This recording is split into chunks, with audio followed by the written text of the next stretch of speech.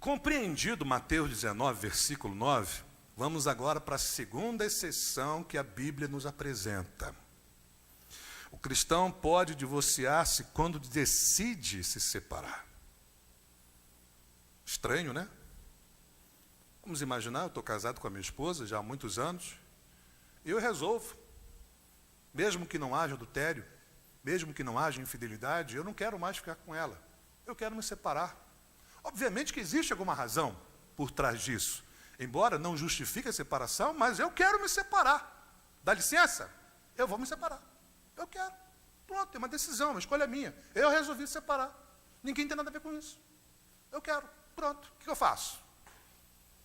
Posso ou não posso? Posso. Nossa! Pode? Pode. Só que tem dois probleminhas se você e eu fizermos isso. E é o que Paulo vai apresentar isso para a gente agora, lá na primeira carta aos Coríntios, capítulo 7, versículo 11. Vai lá comigo.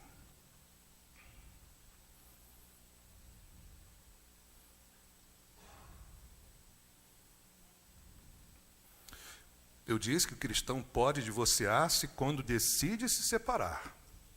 Vamos ver então se a Bíblia confirma isso. 1 Coríntios, capítulo 7, versículo 10 e 11. Paulo escreveu o capítulo 7 para falar sobre casamento aos coríntios. Os coríntios tinham muitas dúvidas, muitos questionamentos sobre casamento. Se podia casar, se não podia, se deveria, se não deveria, se valia a pena ou não valia. Tocou na questão também da separação, do divórcio. Então, Paulo escreve capítulo 7 só para falar de casamento e separação. Quando você, então, examina, estuda esse texto, você, então, compreende que Paulo apresenta essa ideia do cristão se separar por uma decisão. Quer ver? Acompanhem comigo, versículo 10. Aos casados... E aos casados aqui no contexto são os casais cristãos, tá? Ele diz, dou este mandamento e não eu, mas o Senhor. Ou seja, o que ele vai falar é um mandamento do Senhor e não um mandamento dele, de Paulo.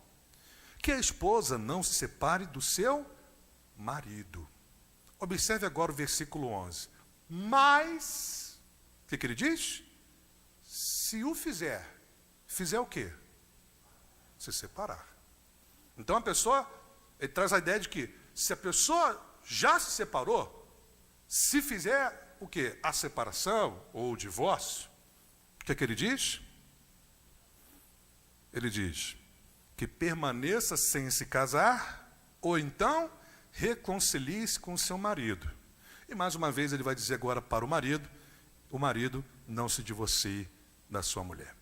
Então, Paulo começa a falar sobre essa questão de divórcio, dizendo o seguinte, gente, o Senhor deixou bem claro que a vontade dele é que o casal não se separe. Por quê? Porque esse é o ideal do casamento, esse é o ideal divino, que o homem e a mulher continuem juntos até que a morte os separe.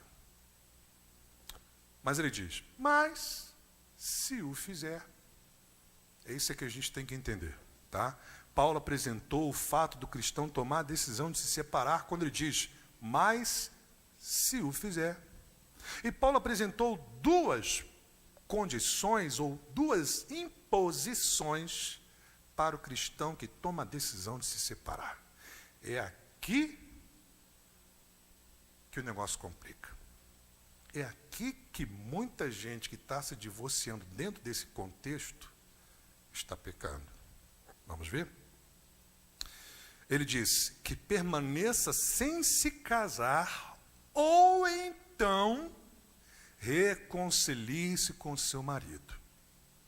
Então veja, Paulo diz assim, mulher, não se separe do seu marido porque esse é o mandamento do Senhor. Mas se o fizer, ou seja, ele está se dirigindo à mulher, mas você é mulher, se separa do seu marido, que permaneça sem se casar, ou que se reconcilie-se com seu marido. Então, essa é a situação que fica o crente que toma a decisão de se separar sem ter a infidelidade sexual, sem ter uma razão que justifique a separação. tá? Não vem com esse troço assim de, a gente não estava se combinando, estava havendo uma incompatibilidade entre nós dois, a gente não estava se entendendo, era muita discussão, muito desentendimento, sabe, pastor? A gente não estava conseguindo se encaixar, se entender, então a gente resolveu se separar. E outros motivos qualquer que você conheça, que leve a pessoa a se divorciar sem que haja traição. Meu irmão, se não teve traição, você tem que permanecer solteiro, ou você volta de novo para o seu cônjuge. Portanto, entenda uma coisa, quando um crente se separa sem traição e casa-se de novo, está no contexto lá de Mateus 19, está em adultério. Ah, pastor, me separei da minha esposa porque eu já não aguentava mais aquele cabelo dela. Ela vivia queimando arroz, salgava o feijão, sabe? A gente vivia... Nossa, não dava, pastor, então me separei e agora eu casei de novo. Está em adultério. Porque numa situação dessa, em que é uma decisão pessoal, eu decidi me separar. Sem adultério, você só pode permanecer solteiro ou voltar para o seu cônjuge. São duas opções e Paulo fechou a questão. Não tem como. Ok? Quem entendeu, diga amém.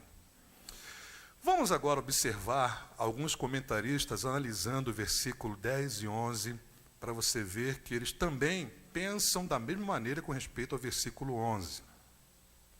O comentário bíblico NVI diz assim: aqui os dois cônjuges são cristãos.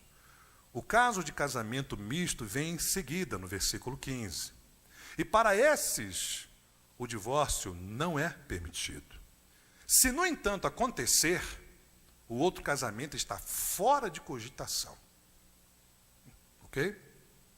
O comentário bíblico Vida Nova diz assim: Paulo aceita que há ocasiões em que a separação é necessária.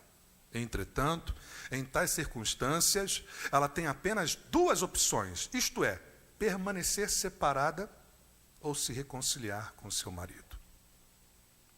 William MacDonald, um comentarista bíblico, diz: reconhece Paulo, porém, que em circunstâncias extremas pode ser necessário a mulher deixar o marido. Nesses casos, a instrução é para que não se case ou se reconcilie com seu marido. Simon Kistmerk diz o seguinte, um comentarista reformado: Paulo aceita a realidade da separação, contudo, ele proíbe casar de novo e aconselha a esposa que inicia o divórcio a se reconciliar com seu marido. E o dicionário ilustrado da Bíblia diz o seguinte: no caso dos dois cristãos, Paulo advertiu-os a seguir os ensinamentos do Senhor e a se reconciliarem. Em qualquer caso, nenhum deveria casar-se com outra pessoa. Então, gente, resumindo, o crente decidiu se separar sem que houvesse traição.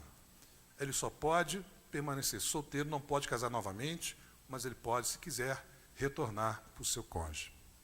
Quem entendeu isso aí, diga amém.